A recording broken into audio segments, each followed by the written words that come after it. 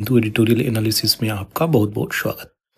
चलिए शुरू करते हैं। आज यहाँ पे पूरी द हिंदू की बैकग्राउंड डिटेलिंग, जो यहाँ पे इम्पोर्टेंट आर्टिकल्स निकले हैं उसकी डिटेलिंग, यहाँ पे सारा चीज़ें एक ही वीडियो में आपको मैं प्रोवाइड कर देता हूँ बैकग्राउंड डिटेलिंग के साथ भी। तो अगर आप इस वीडियो की PDF चाहते होंगे तो आपको क्या करना है, आपको जाना पड़ेगा टेलीग्राम, लिंक को पिन करना पड़ेगा। और वो कहाँ पे मिलेगा, आपको वीडियो के डिस्क्रिप्शन बॉक्स में मिलेगा, ठीक है। वहाँ से आप उसको ज्वाइन करेंगे तो आपको सारा वीडियो की PDF प्लस डिजिटल नोट्स भी वहाँ पे कुछ कुछ डालता रहता हूँ, जो आपके एग्जाम्स को लेकर के काफ़ी इंपॉर्टेंट है। तो उसको जल्दी से ज्वाइन कर लीजिए, आपको उसका पूरा लाभ मिलेगा। अब इम्पॉर्टेंट ये है कि फ्रंट न्यूज़ पे क्या चीज़ें लिखनी है उस चीज़ को देखा जाएगा, ठीक है। सबसे पहले शुरुआत करते हैं इसरो से। इसरो, जैसा कि हम जानते हैं, Indian space research organization Bharat की एक प्रमुख ऑर्गेनाइजेशन है जो स्पेस को लेकर के काफ़ी कार्यरत रहती है। उसी की चीज़ें यहाँ पे एक और न्यूज़ में आ गई हैं इस 2024 के अंत में। तो आज है दोस्तों 31 दिसंबर ट्यूसडे, और ये 2024 का लास्ट मंगलवार है जो आज आपके सामने यहाँ पे ये वीडियो भी लेके आया हूँ। दूसरी इम्पोर्टेंट चीज़ कि ये जो 2024 हम लोगों से जा रहा है, ठीक है, हम लोगों ने इस 2024 में बहुत बड़े बड़े कारनामे किए हैं, चाहे स्पेस का हो, चाहे इकोनॉमिक का हो, चाहे बॉर्डर मैनेजमेंट हो, हर चीज़ में हम लोगों ने कुछ अच्छा अचीव किया है। तो ये चीज़ें तो जाने वाला है। अब 2025 का हम स्वागत कर रहे हैं। तो ये 25 का आगमन भी है और आप सभी लोगों को आने वाला नव वर्ष मंगलमय भी हो जो आ रहा है। अब यहाँ पे इंपॉर्टेंट चीज़ें हैं कि इसरो यहाँ पे लॉन्च किया है क्या, स्पेडेक्स, ठीक है, ये याद रखिएगा। स्पेडेक्स क्या है, स्पेस डॉकिंग एक्सपेरिमेंट मिशन। ये डॉकिंग क्या होता है, चलिए यहाँ पे चलते हैं इस स्लाइड पे और समझेंगे। ये आपकी अर्थ है, ठीक है, और ये आपका सैटेलाइट है, ठीक है, ये सैटेलाइट, और ये तो जान ही रहे हैं आपका मून है, ठीक है। अब ये सैटेलाइट पृथ्वी से लगभग 450 किलोमीटर के आसपास तक उड़ती है। इसी प्रकार से भारत जो है कलर बदल देते हैं एक सेकंड, भारत अंतरिक्ष स्टेशन, ठीक है, BAS बनाने का बात कर रहा है, ठीक है। भारत अंतरिक्ष स्टेशन बनाने का बात कर रहा है, जिसे शॉर्ट फॉर्म में BAS बोला गया है। उसी को लेकर के भारत के सतीश धवन श्रीहरिकोटा से ये लॉन्चिंग हुई है, ठीक है। और PSLV C60 ये एक रॉकेट लॉन्चिंग है। रॉकेट लॉन्चिंग क्या होता है, जिस रॉकेट से आप सैटेलाइट को भेजते हैं,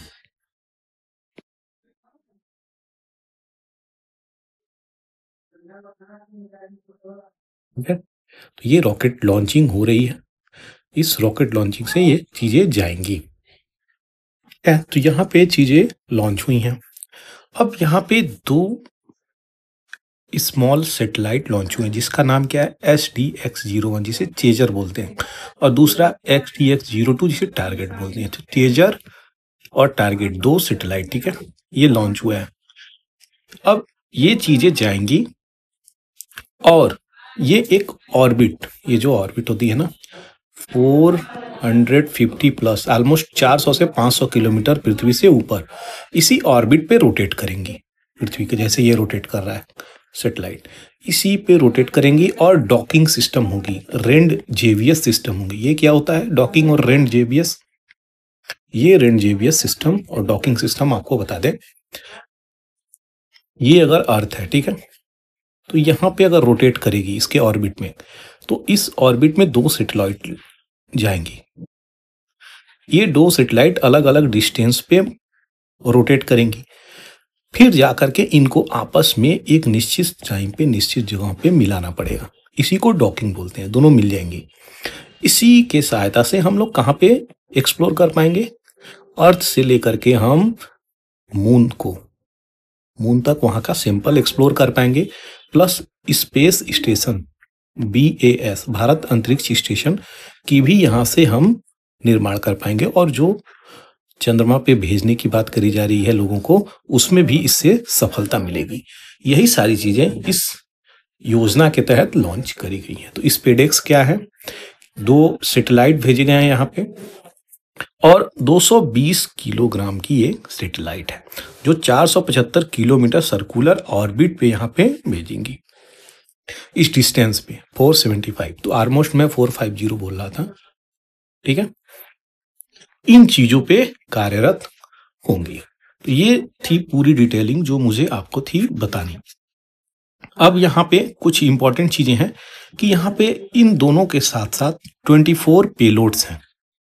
पेलोड्स क्या है? छोटे छोटे जो सैटेलाइट होंगी, इनकी जो भी आवश्यकता वाली चीजें होंगी, तो 24 पेलोड सैटेलाइट भी सतीश धवन से यहाँ पे लॉन्च करी गई है, और स्पेडेक्स इस सैटेलाइट का नाम है। तो याद रखिएगा मिशन स्पेडेक्स, इसमें क्या क्या चीजें हैं वो चीजें आपको मैं बता दिया। छोटा सा न्यूज है यहाँ पे, जो फार्मर यहाँ पे प्रोटेस्ट कर रहे हैं वो बंद यहाँ पे अनाउंसमेंट किए हैं। बंद एक सक्सेस भी बोला गया है, और सुप्रीम कोर्ट इस पे संज्ञान ले रहा है।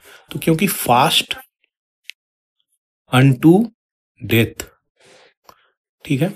डल्लेवाल साहब जो हैं, जो किसान निकल के आते हैं पंजाब से, जगदीश सिंह डल्लेवाल 70 साल की उम्र है, और यहाँ पे MSP की और स्वामीनाथन फार्मूला की जिस रेट पे MSP सरकार को देनी चाहिए, मिनिमम सपोर्ट प्राइस, वो डिमांड करते करते यहाँ पे कई सारे दिन बीत गए हैं।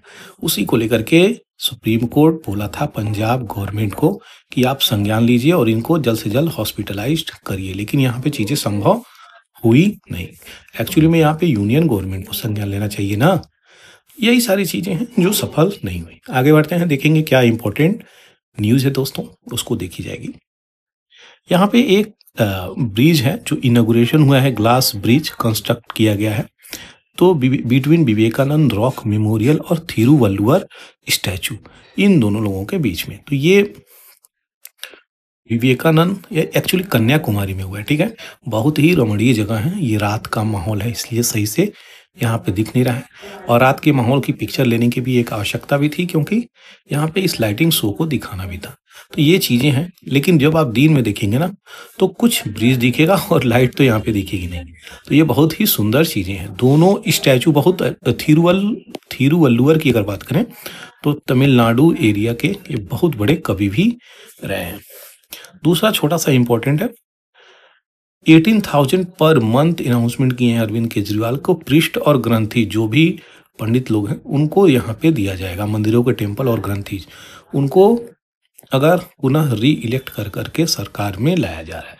तो जिम कार्टर जो 100 साल के हो गए थे, फॉर्मर USA के प्रेसिडेंट, उनकी देहांत हो गई है 1924 से 100 साल ये पूरा करके पृथ्वी से गए हैं। तो ये चीजें याद रखिएगा। प्राइवेट मेंबर बिल यहाँ पे वो दोनों हाउस ऑफ पार्लियामेंट में बहुत ज्यादा आया नहीं है, तो उसी को यहाँ पे चर्चा में कह रहे हैं कि पार्लियामेंट की अगर बात करें तो प्राइवेट मेंबर बिल की एक इम्पोर्टेंस होती है, वो यहाँ पे बहुत हद तक नेग्लिजिबल चल रही है। तो हम यहाँ पे देखेंगे प्राइवेट मेंबर बिल क्या होता है, और डिटेलिंग को भी देखा जाएगा। प्राइवेट मेंबर बिल की जब हम बात करते हैं तो यह एक लेजिस्लेटिव प्रपोजल इंट्रोड्यूस किया जाता है किसी भी MP के द्वारा। ध्यान दीजिएगा, कंफ्यूजन यहाँ पे आपकी खत्म हो जाएगी। किसी भी मेंबर ऑफ लेजिस्लेचर, जिसे हम MP कहते हैं, ठीक है। ये पार्लियामेंट के कंसर्न में बता रहा हूं। जो कोई भी एग्जीक्यूटिव ब्रांच ऑफ मिनिस्टर नहीं होता है, तो वो जब लॉन्च करता है इस चीज को, तो इसे प्राइवेट मेंबर बिल कहते हैं। तो ये प्राइवेट मेंबर बिल कहा जाता है, और कंट्रास्ट टू गवर्नमेंट बिल, इसी के रिगार्डिंग ये चीजें आती हैं। तो minister representing the government which is introduced by A minister representing government. तो जो गवर्नमेंट बिल होती है वो किसके द्वारा, स्पेशली मिनिस्टर के द्वारा। जो प्राइवेट मेंबर कोई भी MP है वो रिलीज करता है, प्राइवेट मेंबर बिल होता है। इसका पर्पस क्या होता है? प्राइवेट मेंबर बिल प्रपोज किया करता है न्यू लेजिस्लेशन या अमेंडमेंट, कोई भी एग्जिस्टिंग लॉ है उसको लेकर के बदलाव करने की प्रपोजल को रख सकता है किसके पटल पे? पार्लियामेंट के पटल पर। हाईलाइट करता है issue that may not be prioritize by the government, जो गवर्नमेंट संज्ञान में नहीं लेती सामान्यतः, क्योंकि प्राइवेट मेंबर बिल तो कोई भी ला सकता है ना, चाहे अपोजिशन हो जाता है चाहे रूलिंग, और एमपी लाता है, ठीक है। तो ज्यादातर ये पास होते नहीं है, एक चीज याद रखिएगा। प्रोसीजर इसकी, नोटिस देना पड़ता है आपको लगभग 1 महीने पहले, तो बिल की नोटिस आपको देनी पड़ेगी। डे ऑफ इंट्रोडक्शन, किस दिन आप इसको इंट्रोड्यूस कर सकते हैं बिल को, तो फ्राइडे को कर सकते हैं दोनों हाउस में, चाहे लोकसभा चाहे राज्यसभा, ठीक है। डिबेट होता है, अगर बिल टेकन अप हो गया, कंसिडरेशन में हो गया, तो डिबेट होता है, मेंबर वोट करते हैं इसके प्रोविजन पे। ये एक इंपॉर्टेंट चीज है। चैलेंजेस क्या है? बहुत कम ही फीवर रिसोर्सेज हैं। प्राइवेट मेंबर की अगर बात करें तो लैक करता है एडमिनिस्ट्रेटिव और एक्सपोर्ट सपोर्ट, इसको ज़्यादा मिलता नहीं है, जिसके कारण फेलियर हो जाता है। लो सक्सेस होता नहीं है, ये सफल नहीं होता है। एग्जाम्पल्स इन इंडिया अगर देखा जाए, 1970 में इस प्रकार की चीज़ें हुई थी। सिग्निफिकेंस क्या है? बाय डेमोक्रेटिक पार्टिसिपेशन होता है हर चीज़ का, जितने भी एमपी हैं, तो ये चेक करता है गवर्नमेंट की कि किस प्रकार से इसका लेजिस्लेटिव प्रोसेस चल रहा है। हर चीज़ों को डेमोक्रेटिक पार्टिसिपेशन की बात करें तो ये चीज़ें चलती हैं। तो यही थी प्राइवेट मेंबर बिल, जो इसकी डिटेलिंग को मुझे बतानी थी। अब यहाँ पे बहुत ज़्यादा हद तक अगर लोकसभा और राज्यसभा देखा जाए तो दोनों में जो टाइमिंग है ना प्राइवेट मेंबर बिल की, डिबेट और डिस्कशन की, वो भी चीज़ें घटी हैं। तो यही यहाँ पे चीज़ें निकल के आई हैं। आशा करते हैं जो बैकग्राउंड डिटेलिंग दिया वो आपको समझ में आ रहा होगा। आगे बढ़ते हैं, यहाँ पे इंपॉर्टेंट एडिटोरियल है दोस्तों, उसको देखा जाएगा। करेंसी का कंसर्न है, अब रैपिड तरीके से रुपया गिर रहा है, क्या क्या चैलेंजेज हैं, इकोनॉमी को क्या क्या प्रॉब्लम हो सकती है, आरबीआई की रोल तो कितनी इंपॉर्टेंट है, क्योंकि उसके पास टूल्स होते हैं, रेट कट, रेपो रेट, ये सब चीजें उनके पास होती हैं, जिनके कारण वो इन्फ्लेशन को और रुपये की स्ट्रेंथ को मेंटेन करते हैं। यहाँ पे उन्हीं चीज को यहाँ पे दर्शाया गया है। तो इस चीज को आप यहां पर देखिए। सबसे पहले फॉरेक्स रिजर्व क्या है, तो फॉरेन रिजर्व को अगर देखेंगे आप, फॉरेक्स रिजर्व क्या है? फॉरेन एक्सचेंज रिजर्व, ठीक है, ये यही है फॉरेन रिजर्व या फॉरेन एक्सचेंज रिजर्व। तो इसको किसको कहते हैं? जो भी एसेट कोई कंट्री रखती है, कोई भी, सेंट्रल बैंक के रूप में और फॉरेन करेंसी के रूप में। अब ये फॉरेन करेंसी डॉलर भी हो सकती है, चाइना की येन, युआन, जापान की ये हो सकती है, और यूरोपियन यूनियन की हो सकती है। इन कंट्री की फॉरेन करेंसी के रूप में अपने देश में एसेट रखे रहते हैं, उन्हें फॉरेक्स रिजर्व कहते हैं। ये चीजें याद रखिएगा, ठीक है। अब ये कुछ यहाँ पे चीजें हैं, आगे आपको इसकी डिटेलिंग और अच्छे से मिलेंगी। क्विक फैक्ट क्या है? इंडिया रैंक करता है टॉप 5 कंट्री में यहाँ पे, तो सबसे ऊपर फॉरेक्स रिजर्व में क्या आता है? चाइना आता है, ठीक है। ये चीजें याद रखिएगा, चाइना, जापान, ये कंट्री आती हैं। कुछ यहाँ पे इंपॉर्टेंट चीजें दी गई हैं, जैसे कि फॉरेन करेंसी की अगर बात करें तो यूएसडी हो गई, यूरो हो गई, पाउंड हो गई, येन हो गई, इसके रिजर्व रखे जाते हैं। गोल्ड रिजर्व भी रखे जाते हैं यहाँ पे एक स्टेबल एसेट के रूप में। स्पेशल ड्रॉइंग राइट्स, ये आईएमएफ से होता है, इसको भी यहाँ पे रखी जाती हैं। ग्लोबल लिक्विडिटी के जब समय आती है उसको लेकर के इस्तेमाल किया जाता है। आईएमएफ रिजर्व पोजीशंस देखा जाए तो इंडिया को क्रेडिट मिलती है इसी के आधार पे, आईएमएफ, ठीक है। इंडिया की फॉरेन रिजर्व की अगर बात करें तो फॉरेन करेंसी लगभग 85, गोल्ड रिजर्व 7 से 10%, IMF SDR special drawing rights 3 से 5%। तो ये चीजें हैं जो आपको बतानी थी मुझे। अच्छा, पैसा अगर वीक हो रहा है तो क्या कारण है? कॉजेज ऑफ रूपी वीकनिंग, क्यों पैसा वीक हो जाता है और डॉलर ज्यादा से ज्यादा स्ट्रांग होता जा रहा है, उसका क्या कारण है? तो भारत में ट्रेड डेफिसिट है। डेफिसिट जैसे ही होता है ये टर्म, तो उसका मतलब क्या होता है? इंडिया इंपोर्ट बहुत ज्यादा कर रहा है और भैया आपके पास एक्सपोर्ट करने की क्षमता घट रही है, जिसके कारण क्या हो रहा है? यहाँ पे ट्रेड डेफिसिट हो रहा है। अब ये अगर हो रहा है तो ये इंक्रीज करता है डिमांड फॉर फॉरेन करेंसी, जैसे कि डॉलर, और वीक करता है रुपया को। आप अगर विदेश से, यूएसए से, ठीक है, यूएसए से कोई सामान आप इंपोर्ट कर रहे हैं, ठीक है, तो आप खरीदेंगे ना, इसको पैसा जाएगा ना आप, तो आपका रुपया यहाँ पे वीक हो रहा है। यही बातें यहाँ पे बोली जा रही हैं। और एक्सपोर्ट करेंगे तो भैया ये आपसे खरीद रहे हैं, यही उल्टा वाली चीजें हो गई। कैपिटल आउटफ्लो हो रही है, फॉरेन इन्वेस्टर दूसरी जगह जा रहे हैं भारत को छोड़ करके, ये इंपॉर्टेंट है। लोअर फॉरेन एक्सचेंज रिजर्व हो गया है, जिसके कारण आरबीआई को यहाँ पे रोल दिया जाता है कि आप स्टेबलाइज करिए रुपये को, लेकिन ये प्रकार की चीजें हो नहीं पा रही हैं। इन्फ्लेशन समझ ही रहे हैं कितना हाई चल रहा है, यानी हर चीजों में महंगाई बड़ी ऊपर चली गई है। ग्लोबल क्रूड ऑयल प्राइजेस की अगर बात करें तो इंडिया एक मेजर इंपोर्टर ऑफ ऑयल है, जिसके कारण हायर क्रूड प्राइजेज इंक्रीज हो रही हैं। डॉलर डिमांड भी यहाँ पे वीक हो रहा है, तो इंक्रीज कर रहा है डॉलर डिमांड और वीक हो रही है रुपया अपनी, तो ये इम्पैक्ट कर रही है। अब क्यों इतना डॉलर जो है 30 मार खान बना हुआ है, क्यों ये इतना स्ट्रेंथनिंग हो रही है? सबसे पहले हायर इंटरेस्ट रेट यूएस में यहाँ पे चीजें हैं, किस चीज पे? डॉलर पे। अब यूएस की फेडरल रिजर्व जो है इस पे इंटरेस्ट रेट अच्छा कर देगी तो फॉरेन इन्वेस्टर कहाँ अट्रैक्ट होंगे? यूएस बॉन्ड पे ही अट्रैक्ट होंगे ना, कि इंडियन बॉन्ड्स खरीदेंगे। तो ये यही इंपॉर्टेंट चीजें हैं जो डॉलर डोमिनेटेड एसेट के रूप में। और दूसरी जो डॉलर जो हर कंट्री में लगभग हर कंट्री में अलाउ हो जाती है, ये क्योंकि स्ट्रॉन्ग करेंसी है, ठीक है। इंडिया हर कंट्री में नहीं है, ये चीजें अलाउ है। Indian currency safe haven demand है। During global economic and geopolitical uncertainty investor इसी को प्रीफर करते हैं, यूएस डॉलर को। स्ट्रॉन्ग यूएस इकोनॉमी भी है, रोबस्ट इकोनॉमी यूएस की। ग्लोबल ट्रेड है, यूएस डॉलर की अगर बात करें तो डोमिनेट करता है ग्लोबल रिजर्व करेंसी में, और इसका इस्तेमाल भी होता है इंटरनेशनल ट्रेड में, कमोडिटी प्राइसिंग में। तो इस प्रकार की चीजों में इसका इस्तेमाल होता है। अब यहाँ पे आप आएंगे तो यही सारी गाथा दी गई है कि 85 रुपए पहुंच गया है 19 दिसंबर को अगर देखा जाए तो $1, ठीक है, is equal to 85 plus rupees. तो डॉलर क्यों वीक हो रहा है, सॉरी स्ट्रॉन्ग हो रहा है, रूपी क्यों वीक हो रहा है, ये सारी चीजें आपको यहाँ पे मैं बता दिया जो आपको इस चीजों में दी गई है। तो ब्रिक्स का भी रोल यहाँ पे इंपॉर्टेंट हो जाता है, कैसे किस प्रकार से आरबीआई गवर्नर शक्तिकांत दास थे प्रीवियस, यहाँ पे ये भी चीजें इनकी रोल इंपॉर्टेंट हो जाती है। क्यों?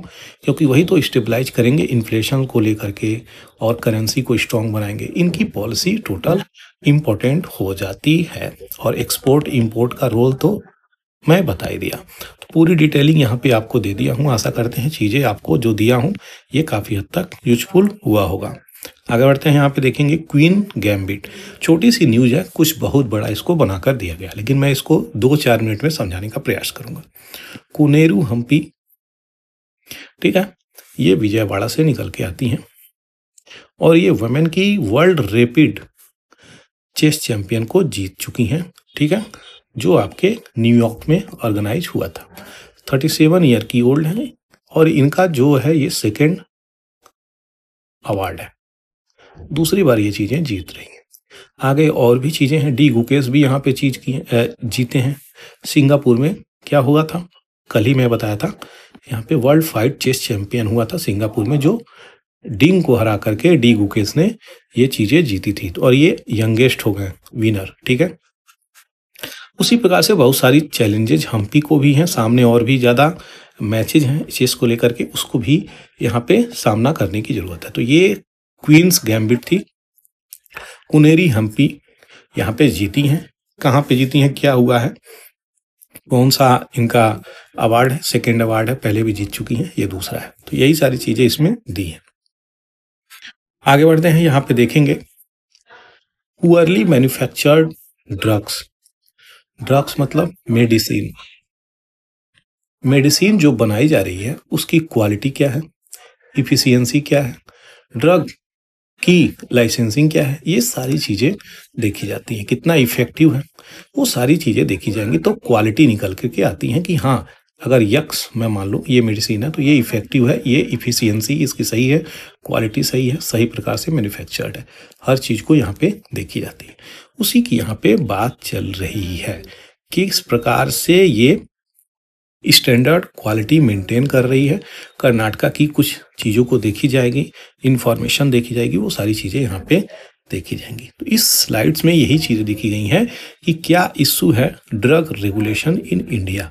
तो करंटली जो रेगुलेटरी गैप है उसको देखेंगे तो फार्मास्यूटिकल जो कंपनी है उनको लाइसेंस यहाँ पे बनवाना पड़ता है और इंस्पेक्ट किया जाता है ओनली बाई ड्रग इंस्पेक्टर। यही है ड्रग इंस्पेक्टर, जिनका रोल बहुत बड़ा है, ठीक है, ये समझिएगा यहाँ पे।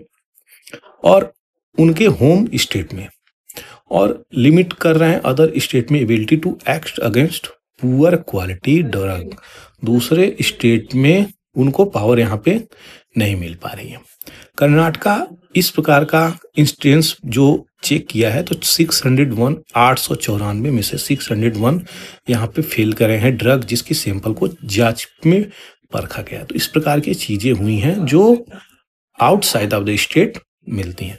अब चैलेंजेस क्या है, चैलेंजेस क्या हैं इस इंस्पेक्टर के सामने जो दूसरे स्टेट में जाकर के चीजें नहीं कर सकते और अपने स्टेट में यहाँ पे चीजें हैं, लेकिन कर्नाटका यहाँ पे can only prosecute manufacture of insecticide not of standard quality. इसका मतलब जो ड्रग्स हैं from other state which is time consuming. तो इस प्रकार से चीजें कर रहा है कि जो ड्रग आउटसाइड स्टेट से हैं उनका भी इंस्पेक्शन यहाँ पे एटलीस्ट कर रहा है। दूसरे जो स्टेट हैं ड्रग इंस्पेक्टर हैं have the sole authority to cancel और सस्पेंड मैन्युफैक्चरिंग लाइसेंस। तो ये चीजें याद रखिएगा, दूसरे ड्रग इंस्पेक्टर की ये सोल अथॉरिटी और कैंसिल कर सकते हैं, सस्पेंड कर सकते हैं मैन्युफैक्चरिंग लाइसेंस को। ये चीजें याद रखिएगा अदर स्टेट ड्रग इंस्पेक्टर। और कर्नाटका में यहाँ पे चीजें पॉसिबल नहीं हो पा रही हैं।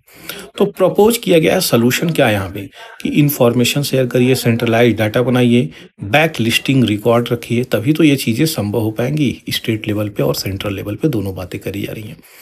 स्ट्रेंथन करिए स्टेट की पावर, लेजिस्लेटिव रिफॉर्म करिए अगर कुछ इसमें हो सकता है तो। ड्रग्स एंड कॉस्मेटिक एक्ट 1940 में ये चीज़ें आई थी, इंपॉर्टेंट है ये, और यही एड्रेस करेगी इंटर स्टेट रेगुलेटरी चैलेंज, तभी जाकर के ये ड्रग क्वालिटी नेशन वाइड सही हो पाएगी, नहीं तो इसमें बहुत ज़्यादा प्रॉब्लम निकल के आएगा। तो हमें इम्प्रूव करना है अगर ड्रग की क्वालिटी, तो हमें एक सेंट्रलाइज डाटा बनानी पड़ेगी जिसको शेयर करना पड़ेगा, स्ट्रॉन्गर स्टेट को पावर देना पड़ेगा, नियम कानून को बदलना पड़ेगा। Karnataka support reform to ensure better public health outcome and drug safety across India. Karnataka से भी हमें कुछ सीखनी पड़ेगी, एटलीस्ट इंस्पेक्शन यहाँ पे करने की पावर भी देनी पड़ेगी। तो इन चीज़ों को हमें समझना पड़ेगा जो मुझे आपको यहाँ पे बतानी थी। यही आर्टिकल है यहाँ पे, सारी चीज़ें जो यहाँ पे आपको मैं बताया हूँ। तो आशा करते हैं चीज़ें आपको जो यहाँ पे दिया वो समझ में आया होगा। आगे बढ़ते हैं। शेख हसीना के एक्स्ट्राडिशन की डिमांड करी गई है। इंडिया के पास क्या क्या ऑप्शन है? तो एक तो ट्रायल हो सकता है अब्सेंटिया में, दूसरा इंडिया की पोटेंशियल डिफेंस सिस्टम यहाँ पे क्या है, तीसरा आईसीसी और जुरिडिक्शंस का नियम क्या है, उन चीज़ों को देखेंगे हम यहाँ पे। अब इन चीज़ों को जो आपको बताया, तो यहाँ पे हम सबसे पहले बांग्लादेश की ही तो बात कर रहे हैं। बांग्लादेश की बात कर रहे हैं तो शेख हसीना का रूल रेजीम रिसेंटली खत्म हुआ है, ठीक है। कैसे खत्म हुआ है? तो स्टूडेंट के प्रोटेस्ट से खत्म हुआ है। स्टूडेंट वहां पे हैवी प्रोटेस्ट करते हैं, अगस्त में उनको अपना पूरा चीजें सबमिट करके भारत आना पड़ता है, ठीक है। भारत पे आना पड़ता है और भारत में उनको शरण मिलती है। अब भारत में शरण मिलती है तो ये डेट देखिए यहाँ पे ध्यान से, 23 दिसंबर 2024 को बांग्लादेश से यहाँ पे एक्स्ट्राडिशन की बात करी जाती है कि भारत इनको बांग्लादेश को सौंप दे। अब भारत के पास क्या क्या ऑप्शन है उस चीज को भी आप देखेंगे। तो यहाँ पे अगर चला जाए थोड़ा सा बांग्लादेश के ओरिजिन में, कंट्री के इतिहास में, तो इनका इंपॉर्टेंट रोल होता है जिनका नाम आता है शेख मुजीबुर रहमान। 17 मार्च 1920 को जन्म लेते हैं 1975 को असासिनेशन हो जाती है, मृत्यु इनकी हो जाती है, मर्डर हो जाती है। ठीक है, इनकी बात करें तो जियाउर रहमान खलीदा जिया के ये हस्बैंड है। ठीक है, 19 जनवरी 36 को पैदा होते हैं, 81 में इनका भी एसासिनेशन हो जाता है। इनका एसासिनेशन करने के बाद, ठीक है, इनकी आर्मी को, इनकी सिक्योरिटी गार्ड को एसासिनेशन करने के बाद रोल में आते हैं ये व्यक्ति। उसके बाद इनका भी एसासिनेशन हो जाता है। अब इन दोनों लोगों से इनके बच्चे आपको यहां पे निकल के आएंगे। तो ये खलीदा जिया रहमान की इनकी बीवी हैं, और ये जो है आपको इनकी मुजविर रहमान की बेटी है। रिसेंटली अगर बात करी जाए तो शेख हसीना जो है 28 सितंबर को 1947 में यहाँ पे जन्म लेती हैं और 10th PM ऑफ कंट्री 96 से लेकर 2001 तक आती हैं। फिर 2009 से लेकर के अगस्त 2024 तक रूल करती हैं, जो यहाँ पे इनकी रेजिम खत्म हो जाती है। ठीक है, खलीदा जिया की अगर बात करें तो ये 1945 में और बांग्लादेश की 9वीं PM के रूप में कार्यरत करती हैं। ये 10वीं PM टाइम पीरियड मिलाएंगे तो ये 9वीं PM के रूप में कार्य करती हैं। First female PM of the country और second in Muslim world after Benazir Bhutto of Pakistan. तो ये चीजें याद रखिएगा। अब यहाँ पे इनकी जब सत्ता जाती है तो ये आती हैं।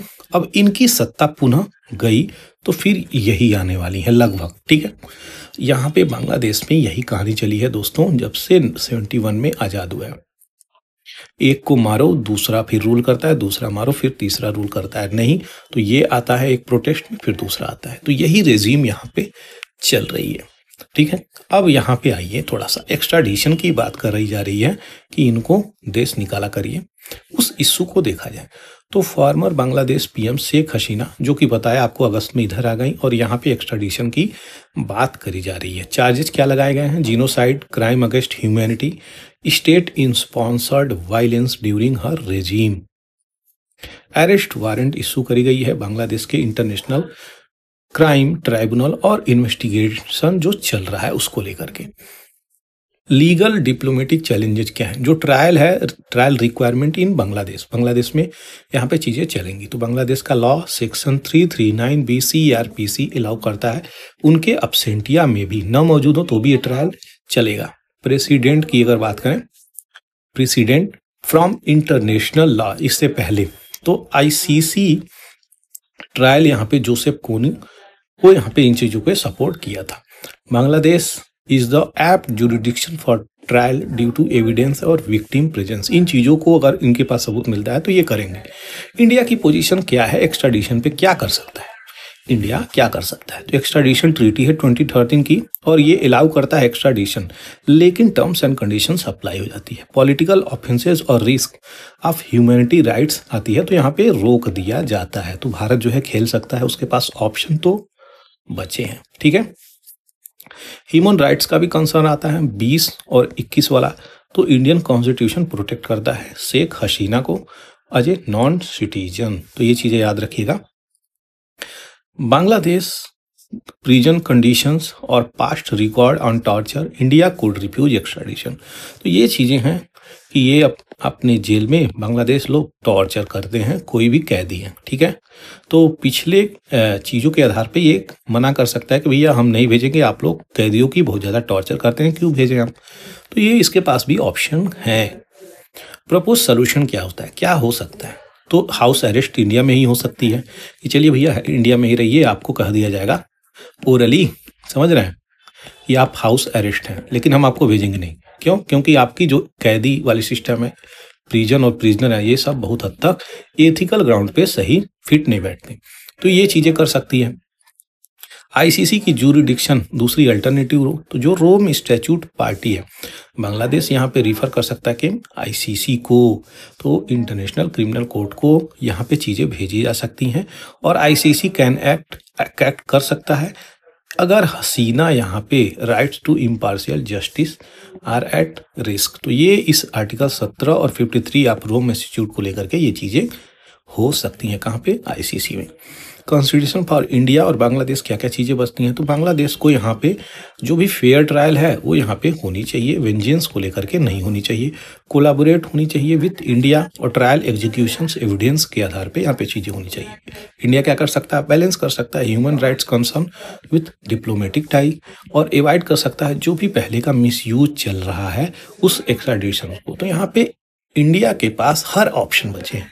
समझ रहे हैं क्यों ऑप्शन बचे हैं? क्योंकि वो भाग के तो इंडिया में ही आई हैं, तो हमारे पास ऑप्शन बचे हैं। लेकिन क्या है ना, एक चीज ये बिना एडिटोरियल के समझिए, एक तो वो इंडिया में आई हैं, हम उन्हें शरण भी दिए हैं, और इंडिया अगर उनको भेज देता है, एक्स्ट्राडिशन कर भी देता है इन एथिकल ग्राउंड पे, ठीक है, तो ग्लोबल लेवल पे एक जो छवि है इंडिया की, वो भी कहीं ना कहीं क्वेश्चन मार्क बड़ा उठाएगा। तो ये भी चीजें हैं, एक केवल एक ही चीजें नहीं है कि हम उन्हें इस एथिकल ग्राउंड पे दी, और मुझे नहीं लगता कि इंडिया ऐसा करने वाला है। ठीक है, तो यही सारी चीजें हैं इस एडिटोरियल में यहाँ पे दी गई हैं। कैसे ट्रायल हो सकता है, इंडिया के पास ऑप्शंस क्या क्या बच्चे हैं, किस प्रकार से रोल है आईसीसी में अगर बांग्लादेश जाता है तो हर ग्राउंड पे हम लोग ये चीजें देखें। तो यही थी सारी डिटेलिंग जो मुझे थी आपको बतानी। आशा करते हैं चीजें आपको समझ में आई होंगी। अच्छा, ये छोटा सा एक आर्टिकल था जो आपको संक्षेप में बता के मैं आगे बढ़ूंगा। वुमेन का जो पार्टिसिपेशन रेट है वोट की अगर बात करें तो ये टर्न आउट हुआ है ज्यादा, जो इस लोकसभा में 2024 में वो ज्यादा वुमेन वोट की हैं। बिहार की बात करें तो 2024 में ज्यादा हुआ है। 1996 में देखिए कितना यहाँ पे कम था, 2024 में यहाँ पे प्लस में आया गया है। तो ये चीजें हैं, कुछ स्टेट वाइज चीजें भी दी गई हैं यहाँ पे। ये रेशियो ऑफ फीमेल और मेल की यहाँ पे दिखाई गई हैं, तो मेल ज्यादा निकल के आ रही हैं, फीमेल ज्यादा निकल के आ रही हैं वोट करने के लिए। तो ये एक अच्छी बात है, डेमोक्रेटिक सिस्टम में, कंट्री में वुमेन की पार्टिसिपेशन खास करके भारत में ज्यादा हो रही है, तो इसमें खुशी की बात है। तो यही चीजें हैं जो आपको मुझे बतानी थी। आगे बढ़ते हैं, यहाँ पे देखेंगे इंडिया की ऑब्लिगेशन क्या है रोहिंग्या को लेकर के। रोहिंग्या एक विशेष प्रकार के मुसलमान है, ठीक है, कहाँ पे पाए जाते हैं? म्यांमार के रखाइन प्रोविंस में, ठीक है। एक्चुअली मैंने कोई मैप नहीं लगाई, लेकिन ठीक है, ये आप यहाँ पे समझिए, ठीक है, ये बांग्लादेश है और ये म्यांमार, ठीक है। तो ये वाला जो पार्ट है, ये बांग्लादेश के सटे वाला पार्ट है, ये रखाइन प्रोविंस है।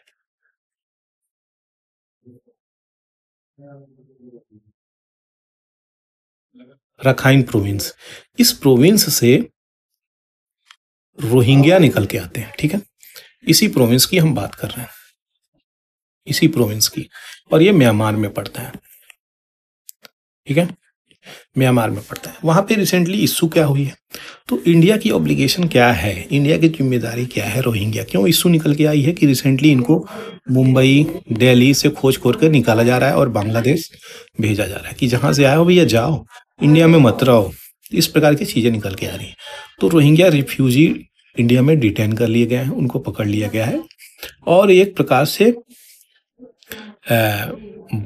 आज़ादी प्रोजेक्ट और रिफ्यूजी इंटरनेशनल इस चीज़ को हाईलाइट किया है। तो द आज़ादी प्रोजेक्ट जो चल रहा है, किस प्रकार से यहाँ पे चल रहा है, ये क्रिटिसाइज कर रहा है इंडिया की फेलियर को, क्योंकि इंडिया की अगर इंटरनेशनल लेवल पे एक छवि है, और इंटरनेशनल लेवल पे छवि है, तो उस रोल को भी अदा करना पड़ता है।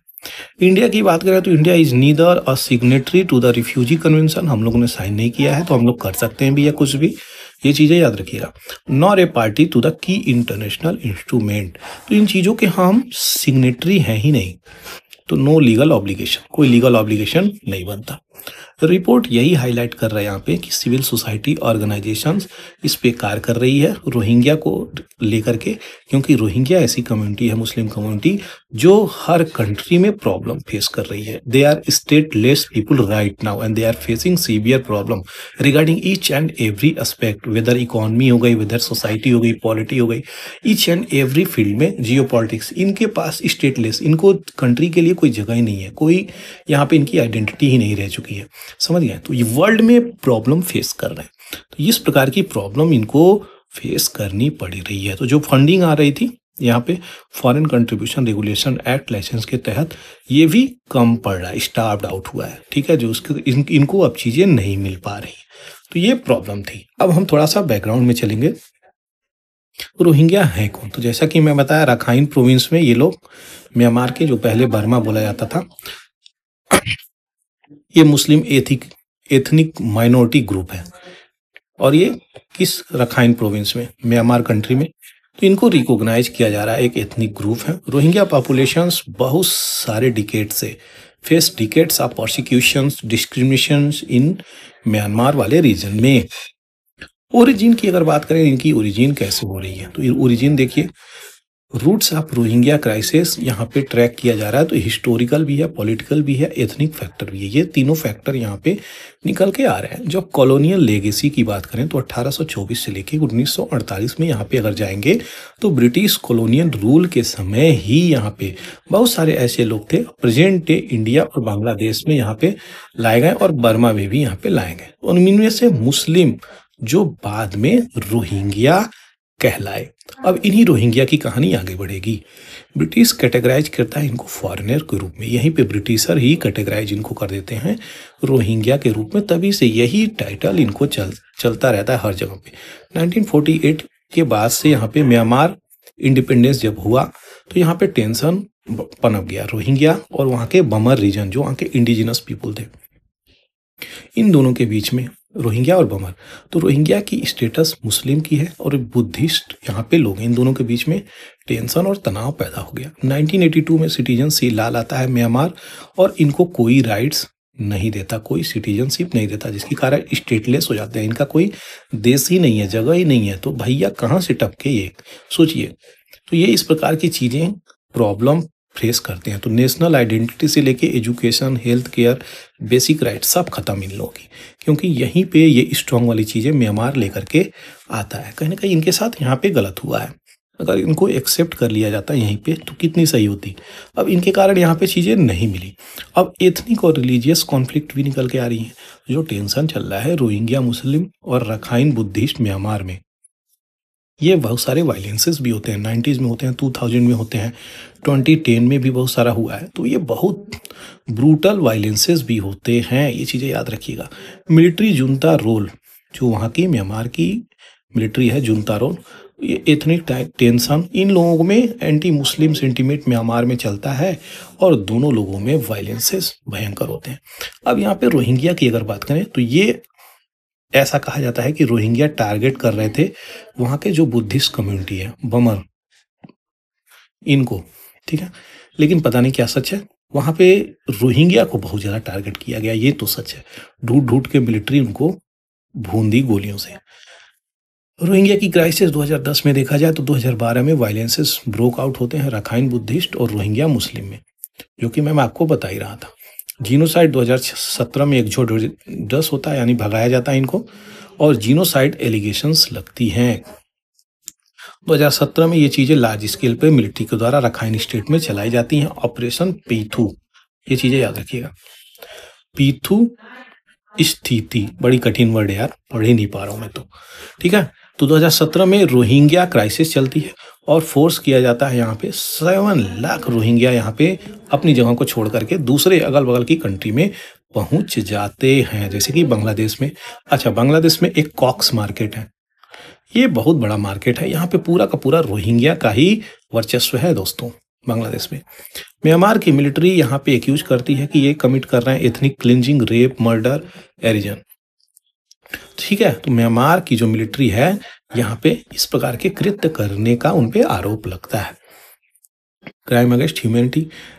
म्यांमार इस प्रकार की चीज़ों की हिंसा से यहाँ पे डिनाई करता है, कहता है मैं तो कुछ नहीं कर रहा हूँ यहाँ पे भैया।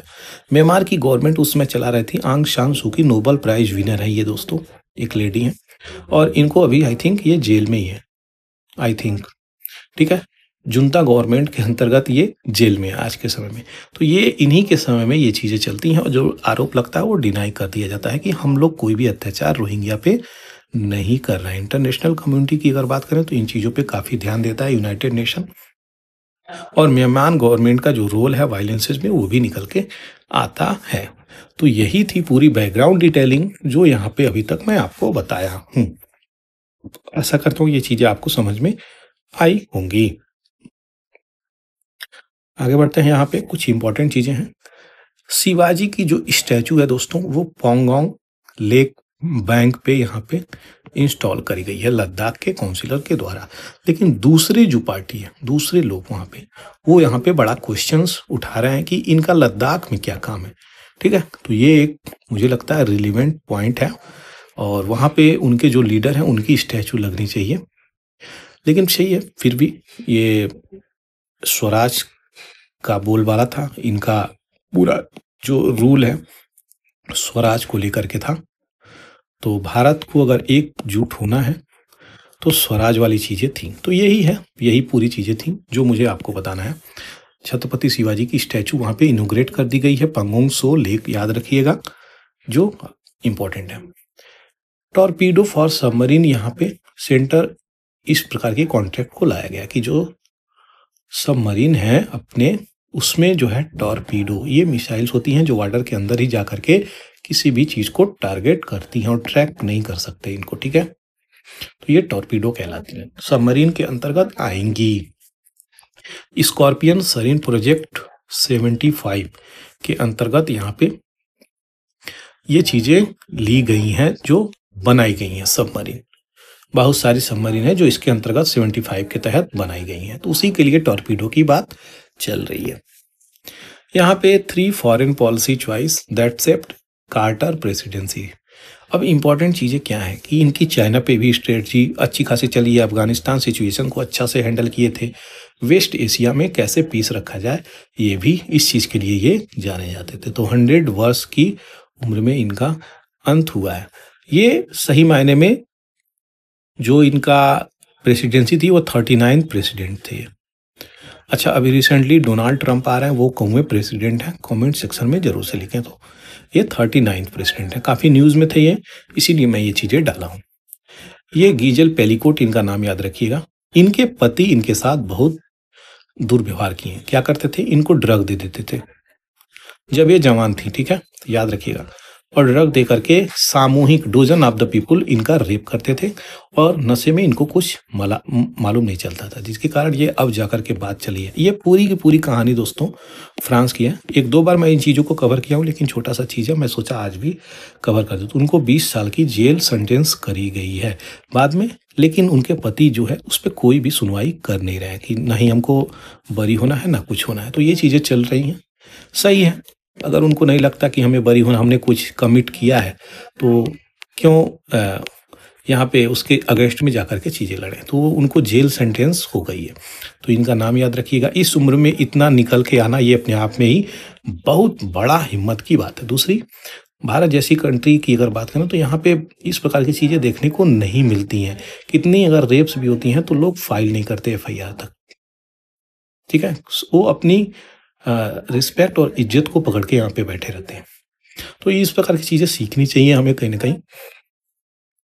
WHO यहाँ पे कह रहा है कि भैया गाजा के जो भी हॉस्पिटल डायरेक्टर को आप अरेस्ट किए हो इजराइल से, तुरंत रिलीज करो। एक तो बम्बार्डिंग कर रहे हो, ऊपर से अरेस्ट कर रहे हो डायरेक्टर को। तो यही चीजें हैं जो इनका नाम है गाजा के कमल अदवान हॉस्पिटल में।